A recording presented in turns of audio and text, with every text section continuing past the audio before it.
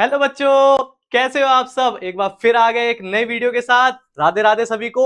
Welcome to sing academy. और आज की वीडियो में हम पढ़ने वाले हैं इंट्रोडक्शन टू लीनियर पॉलिनोमियल। तो यार हमने अभी चैप्टर 1 खत्म करा है सारे कॉन्सेप्ट और एक्सरसाइज सॉल्यूशन के साथ। और आज की वीडियो में हम इस चैप्टर के बेसिक्स, कॉन्सेप्ट्स एंड पूरी एक्सरसाइज का सॉल्यूशन देखेंगे। तो बने रहो इस वीडियो में। तो शुरू करते हैं। तो चैप्टर का नाम है इंट्रोडक्शन टू लीनियर पॉलिनोमियल। तो लीनियर पॉलिनोमियल जानने से पहले ये जानते हैं कि भाई ये पॉलिनोमियल क्या होता है।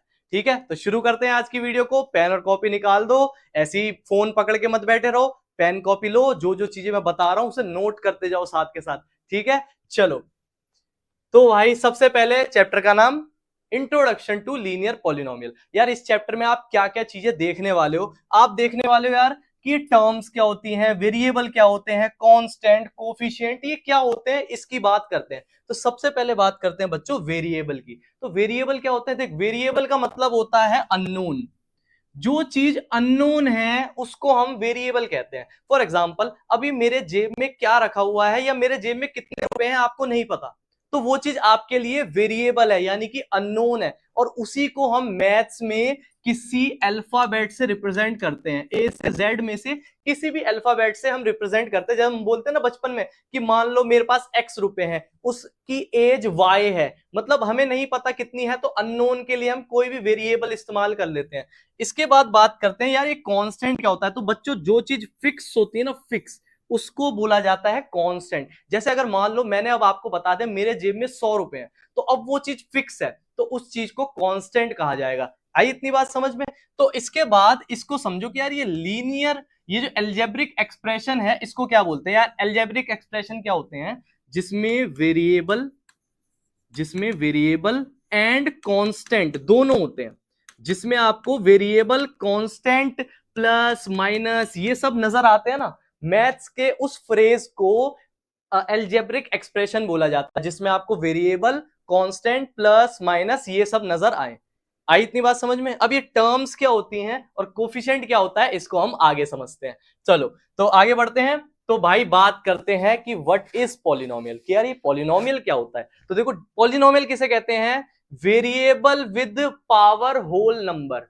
यानी कि वेरिएबल अभी बताया ना, जो चीज अननोन है, और अननोन चीज को मैथ्स में किससे रिप्रेजेंट करते हैं, इंग्लिश अल्फाबेट से। यानी कि आपको कोई वेरिएबल मिलेगा और उसकी पावर जो होगी कोई होल नंबर होगी। होल नंबर क्या होती है बच्चों, जीरो से बड़े नंबर, 0 1 2 3 4 ये वाले नंबर। यानी कि 0 1 2 3 डैश डैश डैश इंफिनिटी तक, ये सारे नंबर हमारे क्या कहलाते हैं, होल नंबर। तो अगर आपको वेरिएबल की पावर इनमें से कुछ दिख रही है, तो आप बोलोगे कि यार ये एक पॉलिनोमियल है। फॉर एग्जाम्पल, मान लो एक्स एक पॉलिनोमियल, एक्स एक वेरिएबल है और इसकी पावर मान लो 17, एक होल नंबर है। जैसे मान लो वाई, वाई क्या है, एक वेरिएबल, इसकी पावर मान लो 31, तो क्या है, पॉलिनोमियल। अब इसकी बात करते हैं, -5 जेड की पावर 16। बच्चे ना इसका आंसर गलत दे देते हैं कि बोले सर नेगेटिव दिख रहा है, नेगेटिव तो होता ही नहीं पॉलिनोमियल। बट मैंने क्या बोला, वेरिएबल की पावर होल नंबर होनी चाहिए।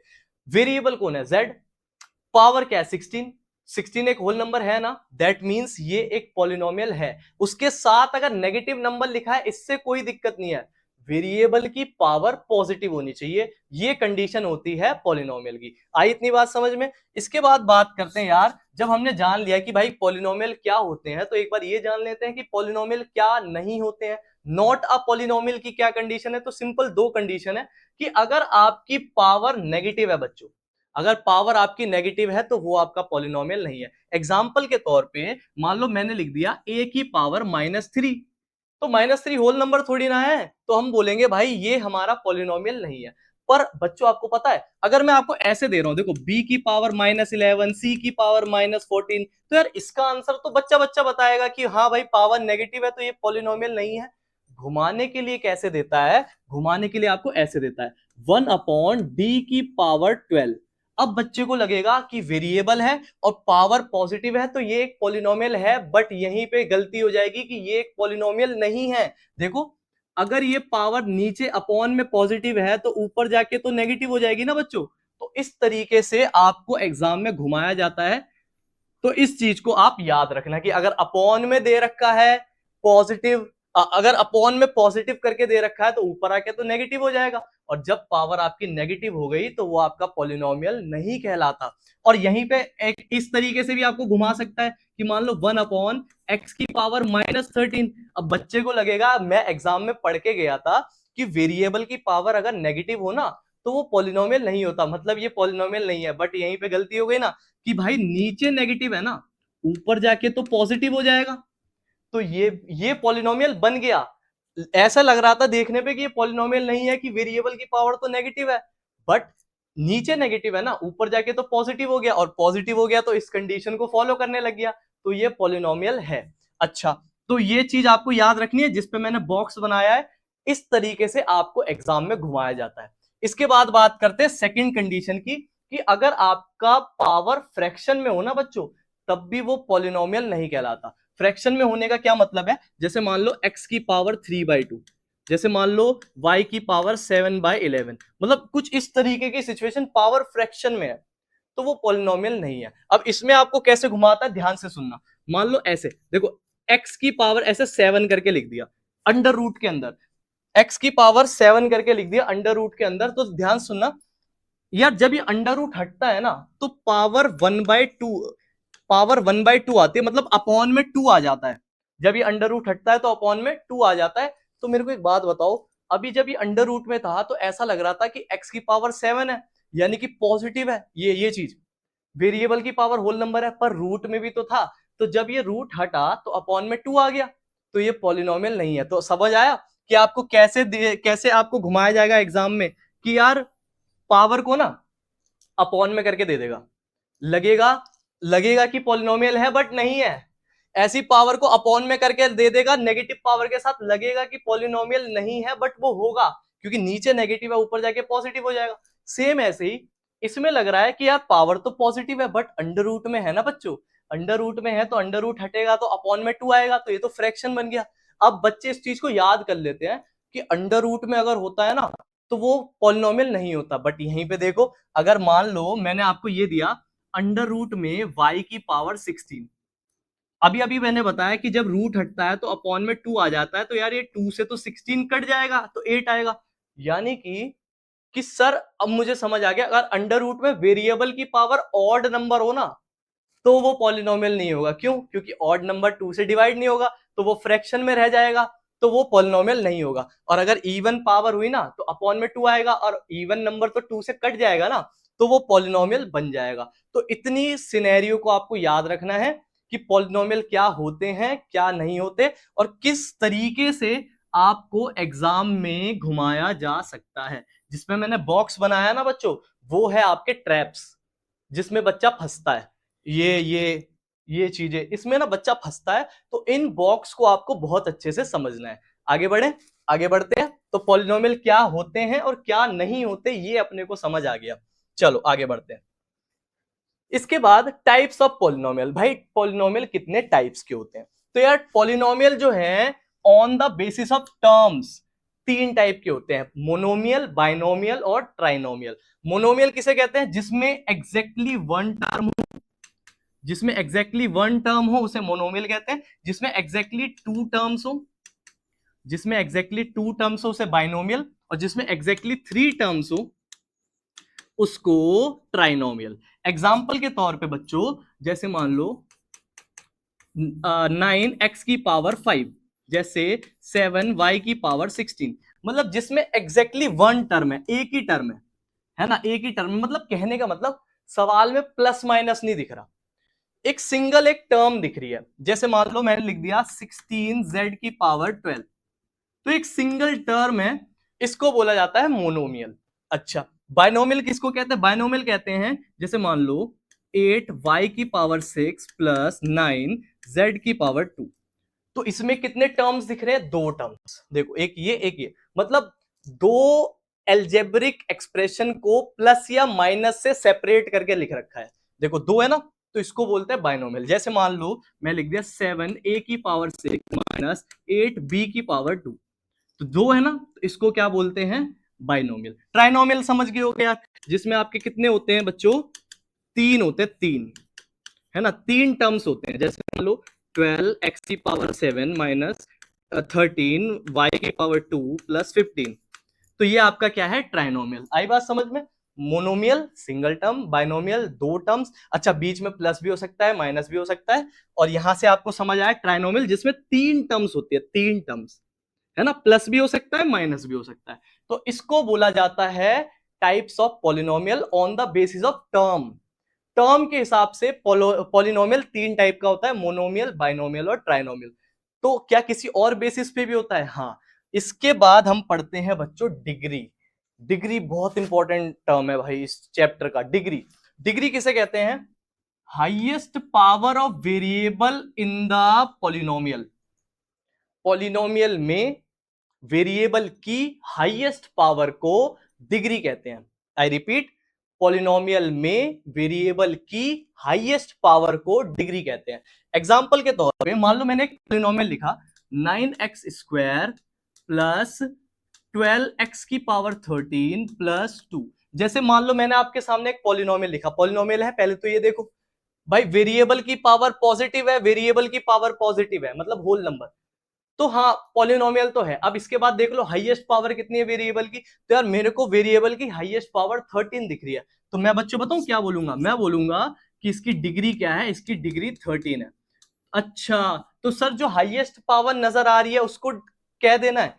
अच्छा, अब मेरी एक बात सुनो, जैसे मान लो मैंने बोला कि 7, मैंने बोला 7x की पावर 13 प्लस 2x की पावर 31 प्लस 19। जैसे मान लो ये सवाल दिया और मैं आपको कह रहा हूं बताओ इसकी डिग्री बताओ। अब बच्चा बोलेगा कि सर x की मैक्सिमम पावर 31 है, तो इसकी डिग्री क्या है बच्चों? 31, और ये सवाल हो जाएगा आपका गलत।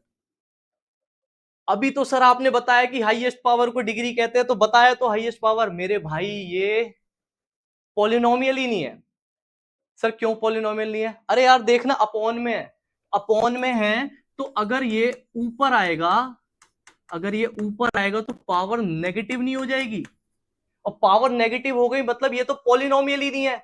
और डेफिनेशन को देखो दोबारा, पॉलिनोमियल में वेरिएबल की हाईएस्ट पावर को डिग्री कहते हैं। यानी कि डिग्री बताने के लिए सबसे पहली कंडीशन क्या है? कि वो एक पॉलिनोमियल होना चाहिए। ये पॉलिनोमियल है? तो पॉलिनोमियल नहीं है तो इसकी डिग्री बता सकते हैं? नहीं। तो मैं क्या लिखूंगा? मैं बोलूंगा it is not a polynomial, it is not a polynomial, so degree is not defined, degree is not defined. आया बच्चों समझ में? बहुत इंपॉर्टेंट है, बच्चों को ऐसे ही सवालों से एग्जाम में घुमाया जाता है। देखने देखो, बच्चे को पता है कि भाई डिग्री किसे कहते हैं? हाईएस्ट पावर को कहते हैं। बच्चे ने बता दिया कि भाई हाईएस्ट पावर 31 है, बट ये पॉलिनोमियल ही नहीं है। भाई डिग्री बताने की पहली कंडीशन तो ये है ना कि वो एक पॉलिनोमियल होनी चाहिए। तो सर सबसे पहले क्या चेक करना है? सबसे पहले चेक करना है कि वो पॉलिनोमियल है कि नहीं, मतलब वेरिएबल, मतलब जितने वेरिएबल है सबकी पावर पॉजिटिव है कि नहीं, होल नंबर। और अगर होल नंबर है तो उसके बाद हाईएस्ट पावर बताओ। पर अगर पॉलिनोमियल नहीं है तो क्या बोलोगे? कि पॉलिनोमियल नहीं है तो डिग्री इज नॉट डिफाइंड। बहुत इंपॉर्टेंट है। चलो इसके बाद बात करते हैं, डिग्री समझ आया। अब हम फिर से देखते हैं types of polynomial on the basis of degree. तो डिग्री के हिसाब से आपका पॉलिनोमियल दोबारा तीन टाइप का होता है। एक होता है लीनियर, एक होता है क्वाड्रेटिक, एक होता है क्यूबिक। एक होता है linear polynomial, linear polynomial, quadratic polynomial और क्यूबिक पॉलिनोमियल। तो यार ये लीनियर, क्वाड्रेटिक, क्यूबिक किसे कहते हैं? जिस पॉलिनोमियल की डिग्री 1 होती है वो आपका लीनियर कहलाता है, जिस पॉलिनोमियल की डिग्री 1 होती है। जिस पॉलिनोमियल की डिग्री 2 होती है उसको क्वाड्रेटिक कहते हैं, और जिस पॉलिनोमियल की डिग्री 3 होते हैं उसे क्यूबिक कहते हैं। आई बात समझ में? अच्छा, तो ये तो हो गई कि भाई लीनियर पॉलिनो, अच्छा चैप्टर का नाम क्या है? Introduction to linear polynomial. इतनी बातें समझने के बाद अब हमें जाके वो शब्द मिला है लीनियर पॉलिनोमियल। इसके ऊपर पूरा चैप्टर है कि भाई लीनियर पॉलिनोमियल की स्टडी अपने को करनी है, मतलब सर हमें ऐसे पॉलिनोमियल की स्टडी करनी है जिसकी डिग्री 1 है। हाँ ये मान लो, बट आपको और भी टाइप के सवाल इसमें दिखेंगे, पर ये चैप्टर इसके ऊपर है। ठीक है, चलो तो एग्जाम्पल की बात करते हैं। तो एग्जाम्पल, फॉर एग्जाम्पल मान लो 7x प्लस 5, 9x माइनस 11। ठीक है, जैसे मान लो 11y प्लस 17, तो यार ये आपके लीनियर पॉलिनोमियल है, इसमें वेरिएबल की हाईएस्ट पावर 1 होती है। देखो हाईएस्ट पावर आपको क्या दिख रही है, कुछ पावर नहीं है तो पावर 1 है ना भाई, तो ये आपकी होती है लीनियर पॉलिनोमियल। अच्छा क्वाड्रेटिक किसे कहते हैं, जैसे मान लो एक्स स्क्वायर माइनस 8x+6, ठीक है, जैसे मान लो एक्स स्क्वायर प्लस 7x+2, जैसे ये जो मैंने आपके सामने लिखे हैं ये सब आपके क्वाड्रेटिक पॉलिनोमियल होते हैं, क्योंकि इसमें वेरिएबल की आपको मैक्सिमम पावर कितनी दिख रही है बच्चों, 2 दिख रही है। अच्छा इसके बाद क्यूबिक पॉलिनोमियल किसे कहते हैं, जैसे मान लो 9x³ plus 7x² plus 8x plus 11, जैसे यहाँ पे मैक्सिमम पावर कितनी दिख रही है, 3, तो ये आपका क्यूबिक पॉलिनोमियल है। आई बात समझ में, तो सिंपल है, डिग्री 1 है तो लीनियर, डिग्री 2 है तो क्वाड्रेटिक, डिग्री 3 है तो क्यूबिक। पर अगर सिंगल टर्म है तो मोनोमियल, 2 टर्म है तो बाइनोमियल, 3 टर्म है तो ट्राइनोमियल। उसमें टर्म के हिसाब होते हैं, उसमें पावर नहीं देखते, उसमें टर्म्स देखते हैं कि कितना है। सिंगल टर्म है मोनोमियल, 2 टर्म्स है बाइनोमियल, 3 टर्म्स है ट्राइनोमियल। और यहाँ पे हम डिग्री देखते हैं, यहाँ पे इससे मतलब नहीं है कि यहाँ पे कितने लिखे हैं। अगर मैं आपसे बोलूं कि टर्म के हिसाब से कौन सा पॉलिनोमियल है, तो आप बोलोगे सर ये बाइनोमियल है। देखो 2 टर्म्स है ना, इसको क्या बोलोगे, सर ये ट्राइनोमियल है। देखो 3 टर्म्स है ना, पर डिग्री के हिसाब से आपको टर्म्स नहीं देखनी होती, आपको पावर देखनी होती है। क्या आपको दोनों के बीच में डिफरेंस समझ आ गया, अगर समझ आ गया तो कमेंट में यस जरूर लिखना, ठीक है। चलो तो इसके बाद हम बात करते हैं, हमें क्या क्या समझ आ गया, हमें समझ आ गया पॉलिनोमियल क्या होता है, हमें समझ आ गया पॉलिनोमियल क्या नहीं होता है, हमें समझ आ गया पॉलिनोमियल कितने टाइप्स का होता है on the basis of term, हमें समझ आ गया डिग्री क्या होता है, और हमें समझ आ गया types of polynomial on the basis of degree. इतनी बात क्लियर है, आगे बढ़ते हैं। तो आगे बढ़ के हम एक बार पढ़ते हैं कोफिशिएंट के बारे में। याद है हमने कोफिशिएंट यहाँ पे छोड़ दिया था, देखो सबसे पहले वाले में देखो टर्म्स हमें समझ आ गई, और हमें कोफिशिएंट अब समझना है। हमने वेरिएबल भी समझ लिए, अननोन वेरिएबल्स किसे कहते हैं, जो इंग्लिश अल्फाबेट से रिप्रेजेंट करते हैं, कांस्टेंट भी आ गया, टर्म्स भी समझ आ गए। अब बात करते हैं कोफिशिएंट की।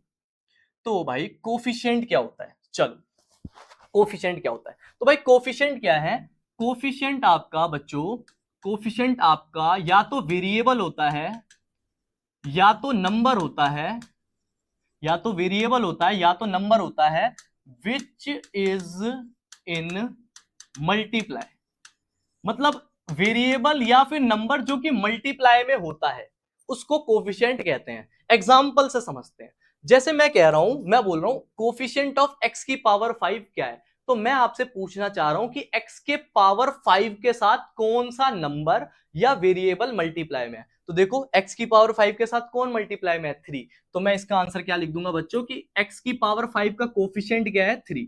अच्छा x की पावर 4 का क्या है, बच्चे बोलते हैं 7, बट गलत हो जाएगा बच्चों, आपको -7 बोलना है। तो यहाँ पे याद रखना है कि कोफिशिएंट विद साइन बताया जाता है, बहुत इंपॉर्टेंट है बच्चों, क्योंकि 1 मार्क्स का पूछा जाता है, और इसमें भी अगर 1 मार्क्स के क्वेश्चन में तो आपसे एक्सपेक्ट किया जाता है कि आप बिल्कुल करेक्ट ही आंसर करो, उसमें साइन की भी गलती नहीं चलेगी।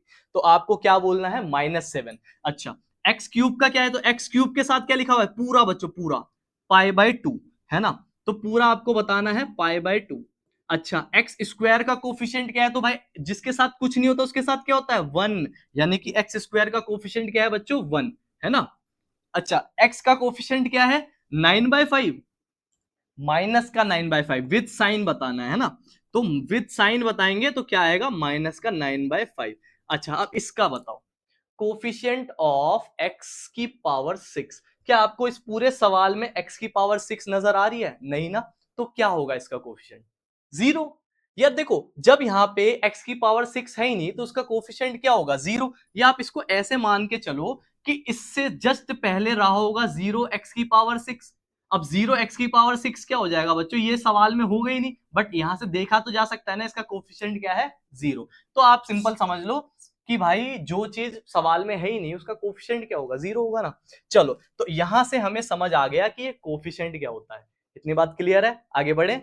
चलो तो आगे बात करते हैं हम एक्सरसाइज 2.1 की। ठीक है, तो हमने सारी बातें समझ ली, एक बार 2.1 को डिस्कस करते हैं। तो क्या कह रहा है, ध्यान सुनना, आपसे बोल रहा है find the degree of the following polynomial. Degree बताएं, डिग्री, डिग्री किसे कहते हैं, पॉलिनोमियल में वेरिएबल की हाईएस्ट पावर। अच्छा आपको देखो सवाल में कह रखा है फॉलोइंग पॉलिनोमियल, मतलब अपना ना एक काम तो सही हो गया कि हमें ना चेक नहीं करना पड़ेगा कि पॉलिनोमियल है कि नहीं, सवाल खुद कह रहा है कि ये पॉलिनोमियल है, तो बस डिग्री बता दो। डिग्री क्या होता है, हाईएस्ट पावर बता दो, हाईएस्ट पावर बताओ। इसकी हाईएस्ट पावर कितनी है बच्चों, इसकी हाईएस्ट पावर है 2, तो डिग्री कितनी है 2। इसकी हाईएस्ट पावर कितनी है बच्चों, कितनी दिखाई दे रही है, डिग्री है इसकी 3।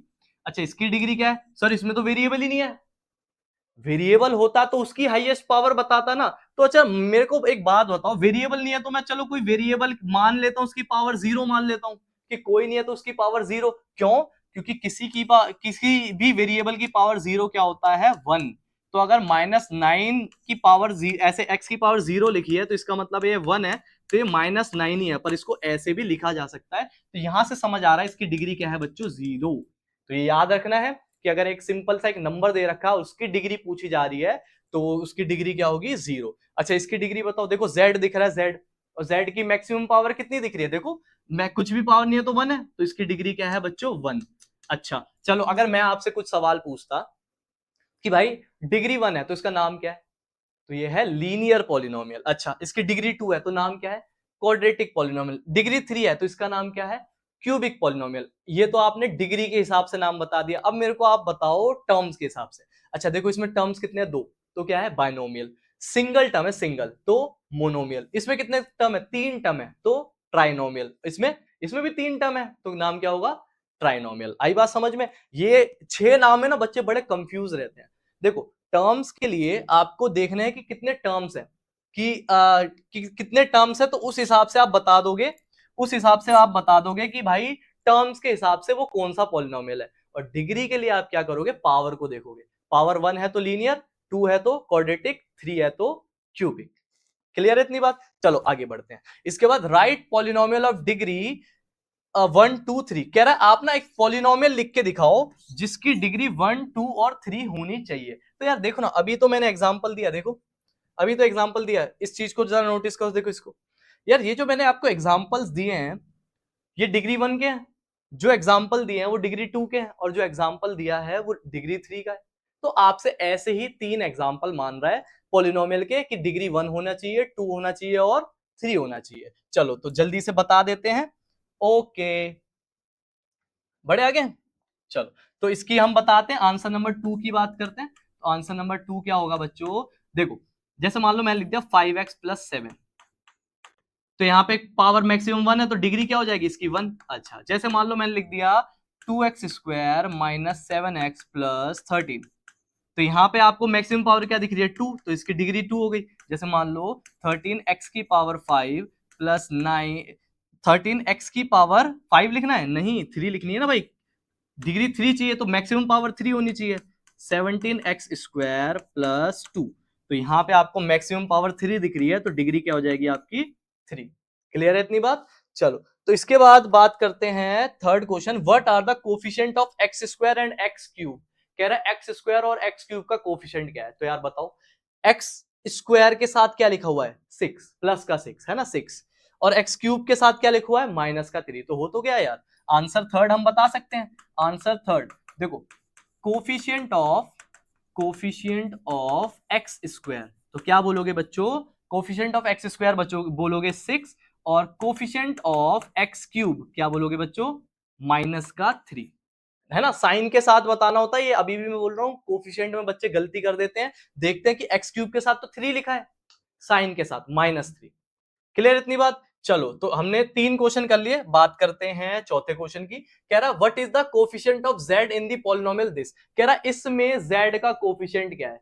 तो यार बच्चे ना यहाँ पे गलती करते हैं, सर 5 है, कोई बच्चा बोलता है 4 है, 5 भी नहीं है 4 भी नहीं है, आपसे बोला गया है z का कोफिशिएंट क्या है, क्या आपको इस सवाल में z दिख रहा है, नहीं दिख रहा ना। तो जब नहीं दिख रहा तो उसका कोफिशिएंट क्या होगा, 0 होगा ना। अभी अभी हमने कोफिशिएंट वाले में इस चीज की बात करी थी, देखो आपसे बोला गया था कि x⁵ का कोफिशिएंट बताओ, यहाँ पे x⁵ था नहीं, तो आपने क्या बोला भाई जब वो है ही नहीं तो उसका कोफिशिएंट क्या होगा 0। तो वही सेम लॉजिक यहाँ पे भी अप्लाई हो जाएगा बच्चों कि सर यहाँ पे z है ही नहीं, तो z नहीं है तो उसका कोफिशिएंट क्या होगा 0। तो आपको समझ आ गया आंसर नंबर 4, आंसर नंबर 4 कि कोफिशिएंट ऑफ z है ना, कोफिशिएंट ऑफ z क्या हो जाएगा आपका 0, क्योंकि भाई है ही नहीं, z ही नहीं है सवाल में। चलो कह रहा what is the constant term of the polynomial this, कह रहा कांस्टेंट टर्म बताओ क्या है बच्चों। कांस्टेंट टर्म किसे कहते हैं, जिसके साथ आपका वेरिएबल नहीं होता, जिस टर्म के साथ आपका वेरिएबल नहीं होता वो आपका कांस्टेंट टर्म कहलाता है। तो देखो जैसे 9 के साथ वेरिएबल है, 5 के साथ भी है, -8 के साथ भी है, -10 के साथ नहीं है। तो आप क्या बोलोगे कि -10 जो है, -10 जो है वो आपका क्या है, कांस्टेंट टर्म है ना। आप बोलोगे कांस्टेंट टर्म जो है वो आपका क्या है, -10, क्योंकि भाई -10 के साथ कोई भी वेरिएबल नहीं है। क्लियर है इस बात को, इस बात को नोट भी कर लेना कि कांस्टेंट टर्म किसे कहते हैं, जिसके साथ कोई वेरिएबल नहीं होता। तो इसी के साथ आपकी एक्सरसाइज 2.1 हो गई। तो इसके बाद बात करते हैं एक्सरसाइज 2.2 की। 2.2 भी बहुत आसान है यार, आपने बचपन में भी ऐसे सवाल कर रखे हैं कि आपको कोई पॉलिनोमियल दे देता है और आपसे बोलता है कि भाई अगर x की जगह 0 रख दे तो क्या होगा, x की जगह -1 रख दे तो क्या होगा। मतलब इसको बोला जाता है वैल्यू ऑफ पॉलिनोमियल, कि हम पॉलिनोमियल की वैल्यू निकाल रहे हैं किसी वैल्यू पे, मतलब x की किसी पॉइंट पे वैल्यू निकाल रहे हैं। तो देखते हैं क्या होता है। चलो देखो, जैसे मेरे पास है एक पॉलिनोमियल 5x-3, फिर से है मेरे पास 5x-3, फिर से है मेरे पास 5x-3।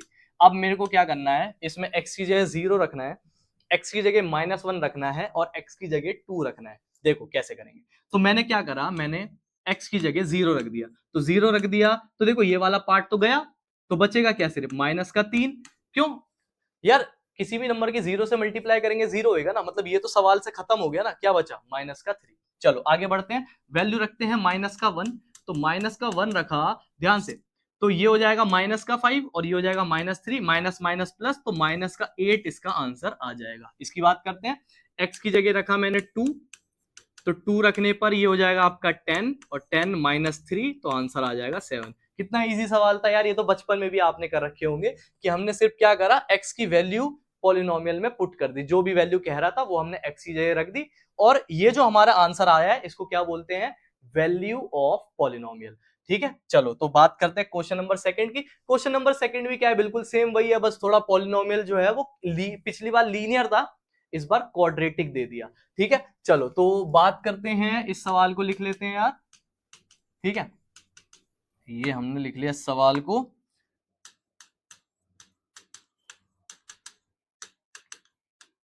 चलो तो इसमें यार वैल्यू पुट करते हैं, तो सबसे पहले 0 रखते हैं, है ना। तो जहां जहां s दिख रहा है ना वहां वहां 0 रखते हैं। तो s का स्क्वायर है तो 0 का स्क्वायर, 4 इंटू s है तो 4 इंटू 0 प्लस 6। अब देखो जिसके साथ 0 दिख रहा है वो तो उसको 0 कर देगा, मतलब ये सवाल से गया, ये सवाल से गया, सिर्फ बचा क्या, 6। यानी कि इसकी पॉलिनोमियल की वैल्यू क्या आ जाएगी बच्चों, 6। अच्छा इसको देखो, -3 रखना है, तो यहां मैंने x की जगह s की जगह -3 रख दिया, यहां पे भी s की जगह -3 रख दिया, +6। तो -3 का स्क्वायर होता है 9, और 9 7 जा 63, और ये देखो माइनस माइनस क्या हो जाएगा, प्लस, तो ये हो जाएगा प्लस का 12 +6, और इन तीनों को ऐड करेंगे तो 63 और 18, तो आपका आंसर आ जाएगा 81, है ना। 81 इज द आंसर। चलो आगे बढ़ते हैं, 4 रख दिया, तो s का स्क्वायर है तो 4 का स्क्वायर, s मल्टीप्लाई में है 4 के साथ, तो 4 के साथ मल्टीप्लाई में +6।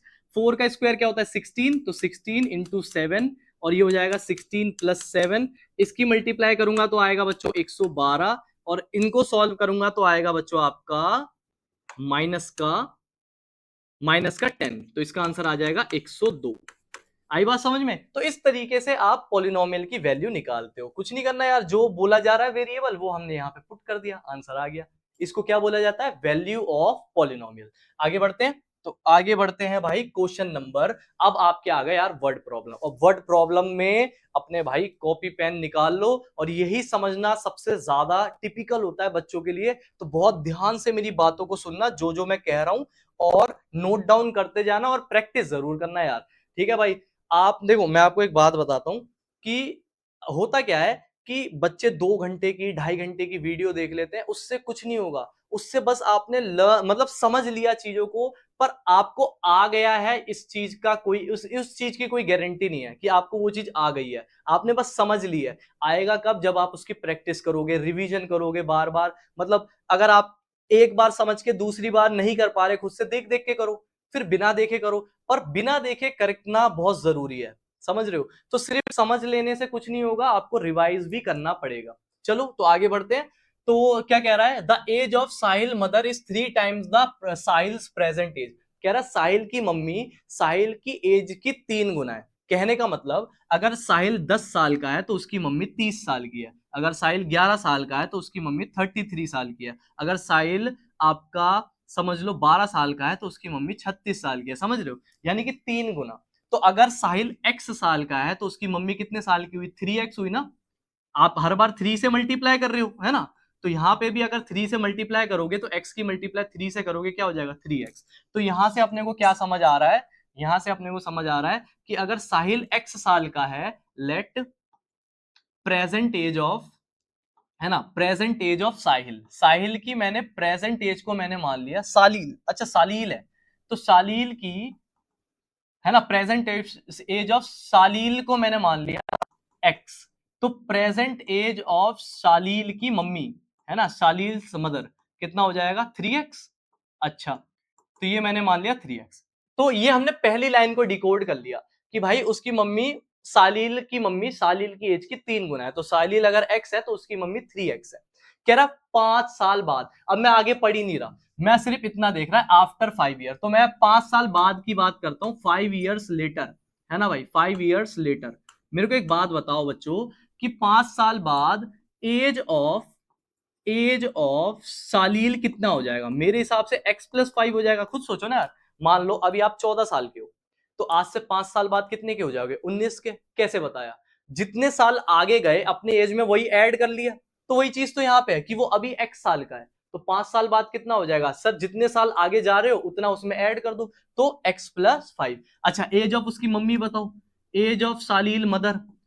तो मेरे को एक बात बताओ बच्चों कि सिर्फ उस वही बड़ा होगा, उसकी मम्मी नहीं बड़ी होगी, होगी ना यार, जितने साल आगे जा रहे हो दोनों की एज में 5 जुड़ेगा, यानी कि 3x+5।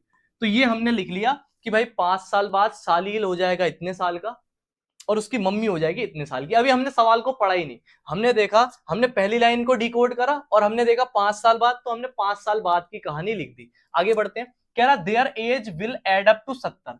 कह रहा अगर 5 साल बाद दोनों की एज को जोड़ोगे ना तो आपका आंसर 70 आएगा। तो अगर आप इन दोनों, देखो 5 साल बाद वाली एज कौन सी है, ये दोनों। और कहा जा रहा है कि अगर आप अकॉर्डिंग टू द क्वेश्चन, क्या कह रहा है, अकॉर्डिंग टू द क्वेश्चन कह रहा है कि अगर आप इसको ऐड कर दोगे ना बच्चों, अगर आप इनको ऐड कर दोगे तो आपका आंसर क्या आएगा, 70 आएगा। तो बस बोल रहा है फाइंड देयर प्रेजेंट एज, कह रहा है इनकी प्रेजेंट एज बताओ। तो देखो इसको सॉल्व करेंगे तो ये हो जाएगा 4x+10 is equal to 70। 10 plus का इधर जाके माइनस का हो जाएगा, तो माइनस करूंगा तो आएगा 60। 4 मल्टीप्लाई में है, नीचे डिवाइड में चले जाएगा, तो डिवाइड में जाके 60 को जब 4 से डिवाइड करूंगा कितना कितना आ जाएगा, 12, नहीं 12 नहीं 15, है ना, 15। तो आपको समझ आ गया x की वैल्यू क्या आ गई, 15। यानी कि x किसको माना था, सालील की प्रेजेंट एज को, और वो कितनी आ गई, 15। और उसकी मम्मी क्या है, उसकी 3 गुना। यानी कि आप इस लाइन को दोबारा यहां पे लिखना और क्या लिखोगे कि उसकी सालील की प्रेजेंट एज कितनी है, 15, और उसकी मम्मी की क्या है, 3 × 15 यानी कि 45। तो ये आपको पता चल गई उसकी मम्मी की और उसकी प्रेजेंट एज। आया समझ में किस तरीके से हमने क्वेश्चन को करा, हमने दोनों की प्रेजेंट एज लिखी, जैसे सवाल में कह रहा था कि सालिल जितना बड़ा उसकी मम्मी उसकी 3 गुना है, और फिर सवाल में कह रहा है 5 साल बाद, तो मैंने दोनों में 5 ऐड कर दिया, और सवाल कह रहा था दोनों के एज को जोड़ने पे 70 आएगा। तो इसको हमने सॉल्व करके एक्स की वैल्यू निकाल दी। एक्स किसको माना था, सालिल की प्रेजेंट एज को। तो सालिल की प्रेजेंट एज 15 है और उसकी मम्मी उसकी 3 गुना है, यानी कि उसकी मम्मी की एज कितनी है, 45। क्लियर है। चलो तो आगे बढ़ते हैं क्वेश्चन नंबर 4 पे। तो क्वेश्चन नंबर 4 क्या कह रहा है, ध्यान से पढ़ना बच्चों। कह रहा है the difference between two positive integer is 63, the ratio of two number is 2:5, find two integer. कह रहा है दो पॉजिटिव नंबर है जिनका डिफरेंस है 63। देखो डिफरेंस की बात कब होती है, जब एक नंबर बड़ा होता है एक नंबर छोटा होता है, जब भी तो डिफरेंस की बात होती है। अच्छा, कह रहा है उन दोनों नंबर का रेशियो 2:5 है। अच्छा, इस चीज को ना बच्चों एक बार समझो, मैं आपको बहुत आराम से इस बात को समझा रहा हूं कि अभी पहले तो मैं लिख दे रहा हूं, उसके बाद में बताता हूं। मैं बोल रहा हूं लेट जो फर्स्ट नंबर है उसको मैं 2x बोल रहा हूं, और जो सेकंड नंबर है उसको मैं 5x बोल रहा हूं। अब मेरी बात समझना ध्यान से कि ये क्या है, सुनो। देखो जैसे मैं कह रहा हूं 10/30, 10/30, इसका आंसर क्या आएगा? देखो 0 से 0 कट जाएगा, देखो 0 से 0 कट जाएगा, इसका आंसर आएगा 1:3। अच्छा, अगर मैं कह रहा हूं, ध्यान सुनना, 2/6, 2/6 का आंसर क्या आएगा? 2/6 का आंसर देखो, ये 2 से कट रहा है एक बार पे और दो बार, एक बार पे और 3 बार पे, इसका भी आंसर क्या आ रहा है? 1:6। अच्छा, अगर मैं आपको ध्यान से 4/12, तो 4/12 का आंसर क्या आ रहा है? दोनों 4 से कट रहे हैं, ये कट रहा है एक बार पे, ये कट रहा है आपका 3 बार पे, तो आंसर क्या आ रहा है? 1:3। आप ध्यान से नोटिस करो, फ्रैक्शन अलग अलग है, फ्रैक्शन आपका अलग अलग है, बट रेशियो सबका सेम आ रहा है। तो यहां से क्या समझ आ रहा है? डिफरेंट डिफरेंट फ्रैक्शन का रेशो सेम आ सकता है। अच्छा, यानी कि ये जो 2:5 है, ये बहुत सारे नंबरों का हो सकता है। ये चीज समझ आ रही है कि 2:5 जो है, ये जो रेशो है वो बहुत सारे फ्रैक्शन का ये हो सकता है। तो हमें हमारा वाला कैसे पता चलेगा कि इस सवाल का जो असली, जो हमारा आंसर है इस सवाल का, वो कौन सा, पता कैसे पता चलेगा? सुनो, आपको अगर ये पता चल जाए ना कि आपने किस नंबर से इसको कट किया था, तो आप ओरिजिनल नंबर पे पहुंच सकते हो। आपने इसको 10 से कट किया था, ये 10 से कटा एक बार पे, ये कटा 3 बार पे, तो यहां पे जो कट करने वाला नंबर था बच्चों, वो 10 था। यहां पर कट करने वाला नंबर क्या था? 2 था। यहां पे कट करने वाला नंबर क्या था? 4 था। यानी कि अगर हमें यह पता चल जाए ना कि वो कट करने वाला नंबर कौन सा था, तो हम रेशो की मदद से अगेन उस ओरिजिनल नंबर पे पहुंच सकते हैं।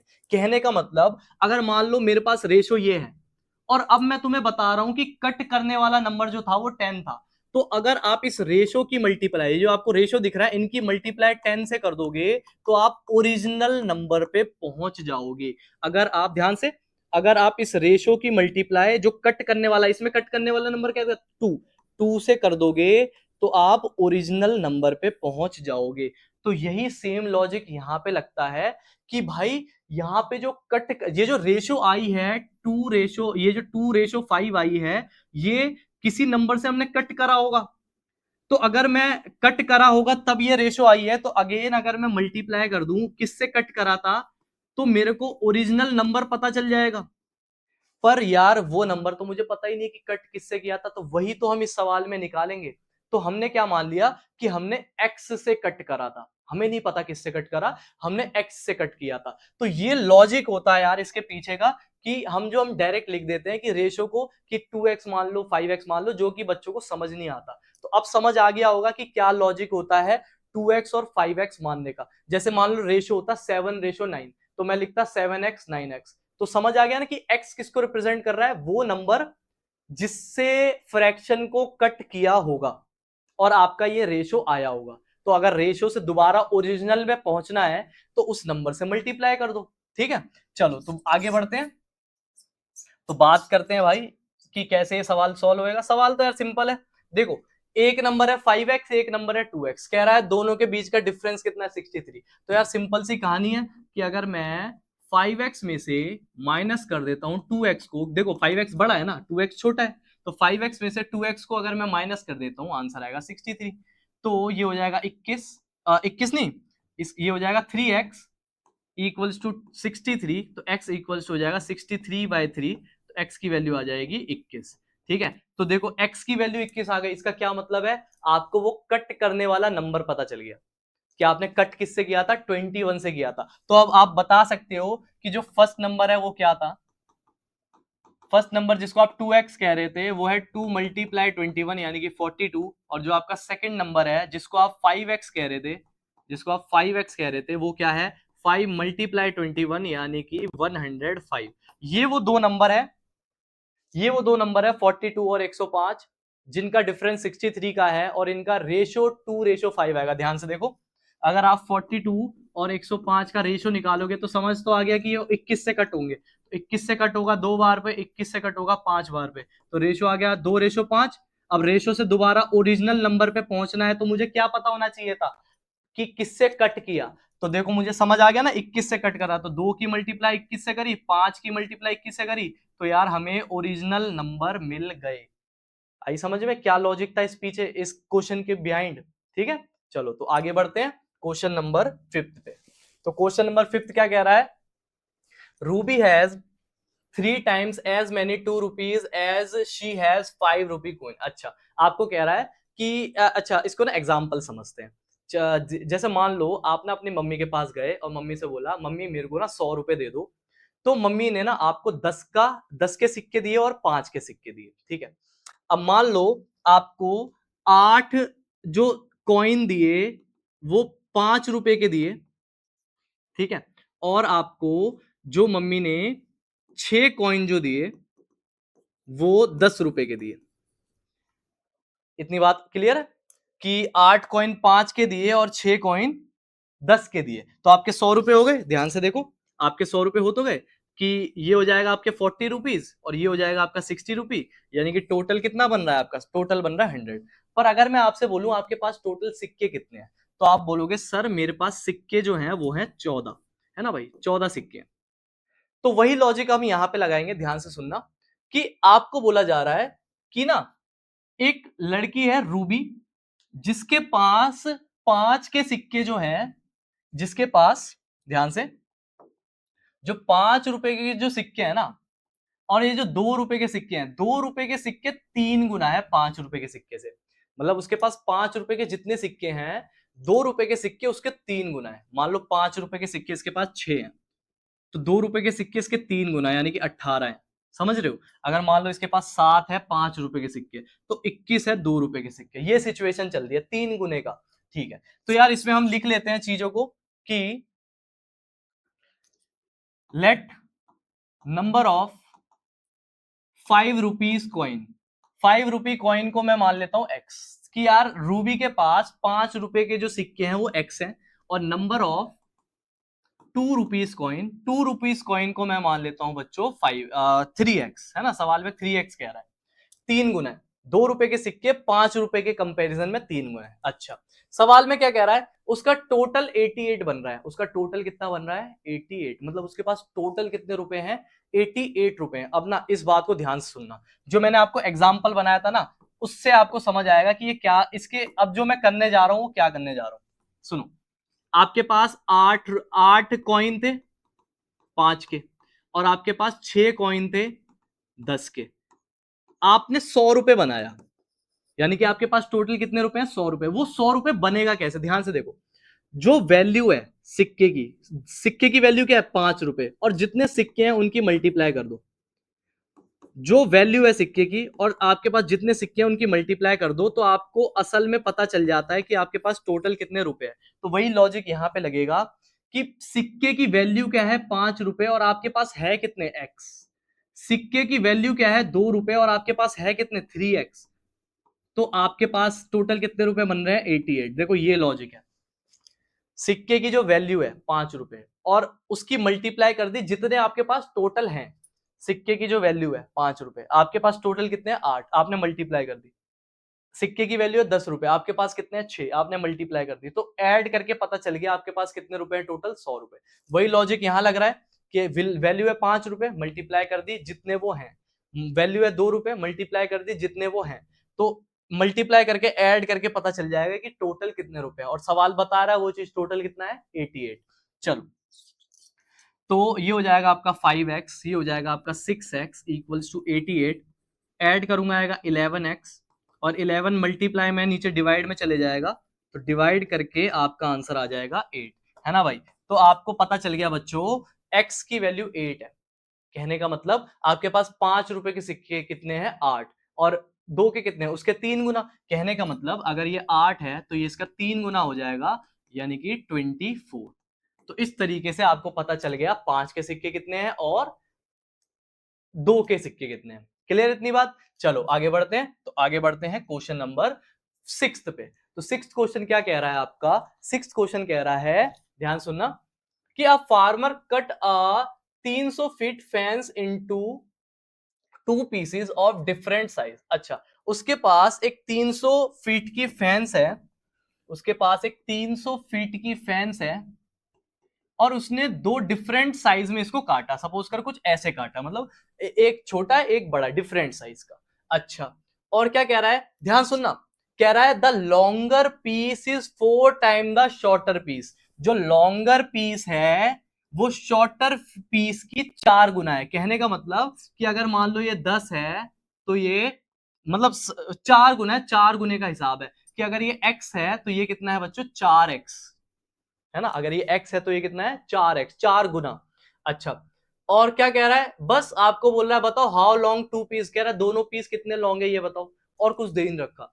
अब आप इसमें क्या लॉजिक लगाओगे, लॉजिक ये लगाओगे कि सर अगर हम इन दोनों टुकड़ों को वापस जोड़ दें तो आंसर तो 300 आना चाहिए ना, क्योंकि 300 के ही तो दो टुकड़े हुए हैं, तो दोनों टुकड़ों को वापस जोड़ देंगे तो आंसर 300 आएगा। तो बस ये हमने अपना लॉजिक यहां पे लगाया है, ठीक है। तो यहां से क्या आ जाएगा, ये हो जाएगा 5x equals to 300, x equals to 300 बटे में 5, तो कट करने पे इसका आंसर आ जाएगा 60। यानी कि एक जो शॉर्ट लेंथ है ना, जो शॉर्टेस्ट, जो आपकी शॉर्टर पीस है ना, जो आपकी शॉर्टर पीस है उसकी लेंथ कितनी है, उसकी लेंथ है आपकी 60 फीट, और जो आपकी लॉन्गर पीस है उसकी लेंथ कितनी है बच्चों, उसकी लेंथ है आपकी 4 टाइम्स, यानी कि 4 मल्टीप्लाई 60 यानी कि 240। बोलो आया समझ में। तो कितना आसान क्वेश्चन था, सवाल कह रहा था 300 मीटर की फेंस है, उसको दो डिफरेंट पीस में कट कर दिया। कह रहा है लॉन्गर वाली जो है वो शॉर्टर वाले की 4 गुना है, तो लॉन्ग अगर शॉर्टर x है तो लॉन्गर 4x है। और फिर हमने बोला कि अगर हम दोनों पीस को जोड़ेंगे तो आंसर तो 300 आएगा ना, क्योंकि 300 ही तो दो पार्ट में डिवाइड हुआ, तो पीस को जोड़ देंगे 300 आएगा। सॉल्व करके x की वैल्यू आ गई, x किसको माना था, शॉर्टर को, तो शॉर्टर पता चल गया 60 है, और लॉन्गर पता चल गया बच्चों उसका 4 गुना है, यानी कि 240 फीट। ठीक है, चलो आगे बढ़ते हैं। कह रहा है if the length of a rectangle is 3 more than twice its breadth and its perimeter is 24, what are the dimension of the rectangle. चलो तो पहले यार रेक्टेंगल की बात कर रहा है तो एक काम करते हैं, हम रेक्टेंगल को बना लेते हैं। तो यार एक अपने पास रेक्टेंगल है, आपको क्या कह रहा है कि कह रहा है द लेंथ ऑफ रेक्टेंगल, देखो ये लेंथ होती है, ये ब्रेथ होती है, ध्यान से सुनना। कह रहा है the length of rectangle is 3 more than twice is width. कह रहा है जो लेंथ जो है वो ब्रेथ की, ध्यान से सुनो, जो लेंथ जो लेंथ है रेक्टेंगल की वो ब्रेथ की दुगनी है और 3 ज्यादा है, ट्वाइस एंड 3 मोर। कहने का मतलब जैसे मान लो यहां पे ना दो बच्चे हैं, एक का नाम है चिंटू, एक का नाम है पप्पू।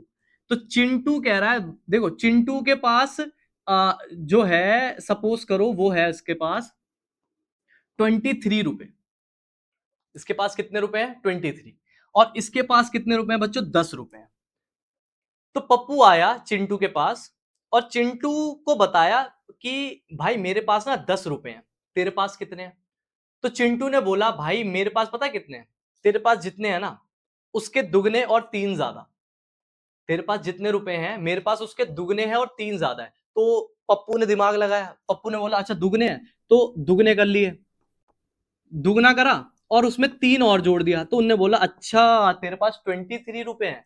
तो वही सेम लॉजिक यहां पे लग रहा है कि क्या कह रहा है कि ब्रेथ जितनी भी है ना, ब्रेथ जितनी भी है लेंथ उसकी दुगनी है और 3 ज्यादा है। तो वही लॉजिक यहां पे लगाएंगे कि अगर मान ले ब्रेथ x है तो लेंथ कितनी है इसकी दुगनी, इसकी दुगनी और 3 ज्यादा। देखो जैसे इसने पहले दुगना करा और फिर उसमें 3 ऐड कर दिया, तो वही सेम लॉजिक यहां लगा कि दुगना करा और 3 ऐड कर दिया, तो ये आपको बच्चों लेंथ ब्रेथ पता चल गई। ठीक है, तो ये हमने पहली लाइन डिकोड कर ली कि पहली लाइन क्या कह रहा है कि लेंथ जो है वो ब्रेथ की दुगनी है और 3 ज्यादा है, तो वो हमने यहां लिख दी कि अगर ब्रेथ x है तो लेंथ दुगनी से 3 ज्यादा है। अच्छा आगे बात करते हैं, आपको बोला जा रहा है पेरीमीटर जो है वो 24 है, तो कह रहा है what are the dimension of rectangle. Dimension का मतलब होता है बच्चों लेंथ ब्रेथ, आपसे पूछा लेंथ कितनी है और ब्रेथ कितनी है, और आपको क्या बता दिया कि पेरीमीटर 24 है। तो अब बताओ पेरीमीटर ऑफ रेक्टेंगल क्या होता है, कमेंट करना। पेरीमीटर ऑफ रेक्टेंगल होता है, पेरीमीटर ऑफ रेक्टेंगल होता है आपका 2 ब्रैकेट l प्लस b, है ना, 2 मल्टीप्लाई लेंथ प्लस ब्रेथ आपका होता है पेरीमीटर। तो पेरीमीटर आपको 24 दे रखा है, 2 ब्रैकेट लेंथ कितनी है, लेंथ की जगह क्या लिखोगे, देखो बच्चों ये यानी कि 2x प्लस 3, ये लिखी लेंथ की जगह, और ब्रेथ की जगह क्या लिखोगे x, है ना भाई, ब्रेथ को x माना है। चलो तो ये 2 मल्टीप्लाई में है, नीचे डिवाइड में चले जाएगा और यहाँ ब्रैकेट में क्या बचेगा 3x प्लस 3, इससे कट जाएगा 12 बार पे और यहाँ पे बचेगा 3x प्लस 3, यहां से x की वैल्यू निकालो, ये इधर जाके माइनस हो जाएगा 3x, तो 3x equals to 9, x equals to 9/3, this implies x equals to 3 centimetre. चलो तो देखो x की वैल्यू आ गई। x किसको माना था बच्चों? x हमने माना था ब्रेथ को, और ब्रेथ की वैल्यू क्या आ गई 3, यानी कि ब्रेथ अपने को समझ आ गया, ब्रेथ आपका 3 सेंटीमीटर है और आपकी लेंथ क्या है, इसके दुगने की 3 ज्यादा, तो दुगना कर देंगे तो 6 प्लस 3 यानी कि क्या आ जाएगा 9 सेंटीमीटर। तो ये आपको पता चल गई इसकी लेंथ और ब्रेथ। आई होप आपको समझ आई होगी। नेक्स्ट वीडियो में हम एक्सरसाइज 2.3 और इसके आगे के सॉल्यूशन देखेंगे। तब तक के लिए बने रहें। वीडियो कैसी लगी एक बार कमेंट में जरूर बताना। मिलते हैं नेक्स्ट वीडियो में। पढ़ाई करो, ख्याल रखो। राधे राधे, बाय।